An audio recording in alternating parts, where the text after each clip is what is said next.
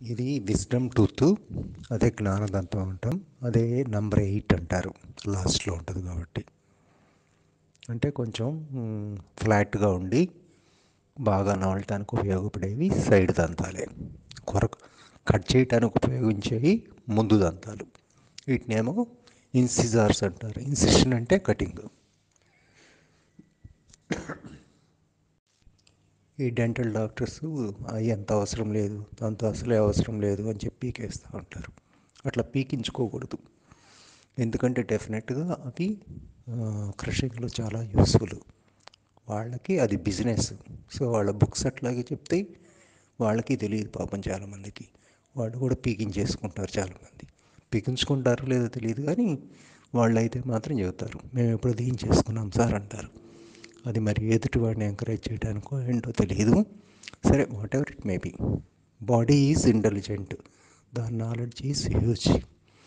అది ఎందుకు తయారు చేసింది? దాంతో అవసరం ఉంది కాబట్టి తయారు చేసింది, అవసరం ఉంది కాబట్టే ఇచ్చింది. సో ఆల్వేస్ ప్రిజర్వ్ చేసుకోవడానికి ట్రై చేయాలి. తర్వాత ఆ జ్ఞానదంతాలు తీసేస్తే అక్కడ ఉన్న బోను కొంచెం ష్రింక్ అవుద్ది. సో షేప్ కానీ ఇవన్నీ మారుతుంటాయి. నాకు తెలియకప్పుడు మొదట్లో ఒక 2 జ్ఞానదంతాలు తీయించా, 2 ఉన్నాయి.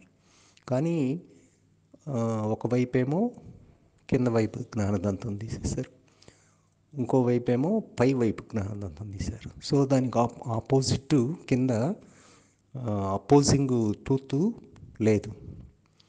కింద జ్ఞానదంతం ఏం పెద్ద అవ్వదు, మిగిలిన కింద జ్ఞానదంతం ఏం పెద్ద ఇబ్బంది ఉండదు. కానీ లెఫ్ట్ సైడ్ పైన జ్ఞానదంతం ఉంది. పై దవడ జ్ఞానదంతం కొంచెం కిందకి జారుతూ ఉంటుంది. కింద ఎందుకంటే అపోజిషన్ లేదు కాబట్టి. సో అవి అసలు మంచిదిగా తీయించడం. ఎప్పుడైనా సరే ఈ ఇంటర్ డెంటల్ బ్రష్లు ఉంటాయి. మనకి పన్ను ఏదన్నా పుచ్చితే ఆ ఇంటర్ డెంటల్ బ్రష్తో పళ్ళ మధ్యలో ఇరుక్కోకుండా food at least night times clean చేసుకొని పడుకుంటే పెద్ద ప్రాబ్లం ఉండదు.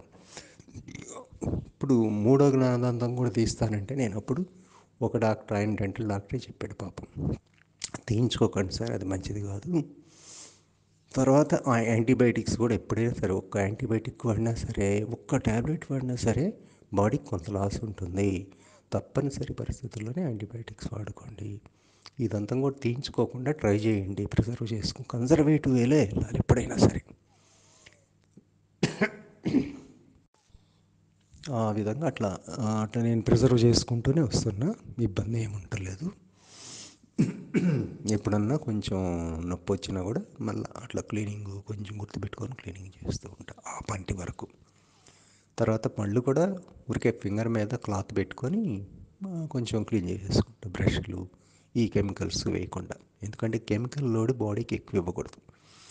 కెమికల్స్ తీయటానికి లివరు, కిడ్నీస్ బాగా కష్టపడాలి. సో వాటికి ఓవర్ స్ట్రెయిన్ అయిపోతుంది అనమాట. సో అట్లా చేస్తే ఇట్లా ఇంటర్డెంటల్ బ్రష్ అట్లా ఫింగర్తో ఒక క్లాత్తో క్లీన్ చేసుకోవటం. తర్వాత ఒక చిన్న చెక్క ముక్క పెట్టుకొని, ఇప్పుడు కొంచెం కింద, ఇప్పుడు పైదంతమే ఉంది, కిందది లేదంటేనే కదా ఒక జ్ఞానం ఒకవైపు. దానికి ఏం చేస్తున్నాను, చెక్క ముక్క పెట్టి, బారు చెక్క ముక్క ఒక చిన్న ముక్క పెట్టి నములుతున్నాను.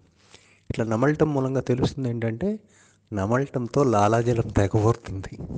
మామూలుగా అది నాకు తెలియదు, నవిలి చూస్తే తెలుస్తుంది. సో ఇట్ ఈస్ ఎక్సర్సైజ్ లాగా పొద్దున పూట సాయంత్రం కాస్త ఒక 1 మినిట్ ఆ చెక్కని కొంచెం గట్టిగా కొరికినట్టు చేస్తున్నాను. దాంతో ఒక పై జ్ఞానదంతం ఉంది, కింద లేదు. సో దానికి కొంచెం సపోర్ట్ వచ్చినట్టు అయ్యి దానికి కూడా ప్రెషర్ పడుతూ ఉంటుంది. రోజు ప్రెషర్ పడితేనే మంచిది. అసలు యూజ్ చేయకపోయినా, ఏదైనా సరే బాడీలో అసలు యూజ్ చేయకపోయినా తప్పే, ఓవర్గా యూజ్ చేసినా తప్పే. ఓవర్గా యూజ్ చేయడానికి ఎగ్జాంపుల్ ఏంటంటే, పిటి ఉషా పిటి ఉషా చాలా ఎక్కువ రన్నింగ్లు అవి ఇవి చేసింది. తర్వాత వీల్ చైర్లో ఉండాల్సి వచ్చింది చాలా రోజులు. ఓవర్గా స్ట్రెయిన్ అయిపోయి నీ జాయింట్స్ అవి బాగా అరిగిపోయినాయి. సో చాలా రోజులు వీల్ చైర్లోనే ఉంది ఆమె. అట్లా మరీ ఓవర్గా కూడా వాడకూడదు, అది మంచిది కాదు. అందుకని బాగా నమిలి తినాలి ఎప్పుడైనా ఆహారం. నాకు ఈ చెక్క ముక్క నమిలితే కొంచెం గట్టిగా ఎక్సర్సైజ్ కోసం చేస్తుంటే బారుగా ఉన్న పెన్నులాగా ఉన్న చెక్క ముక్కలే చేస్తే దాంతో తెలుస్తుంది నాకు. ఓకే.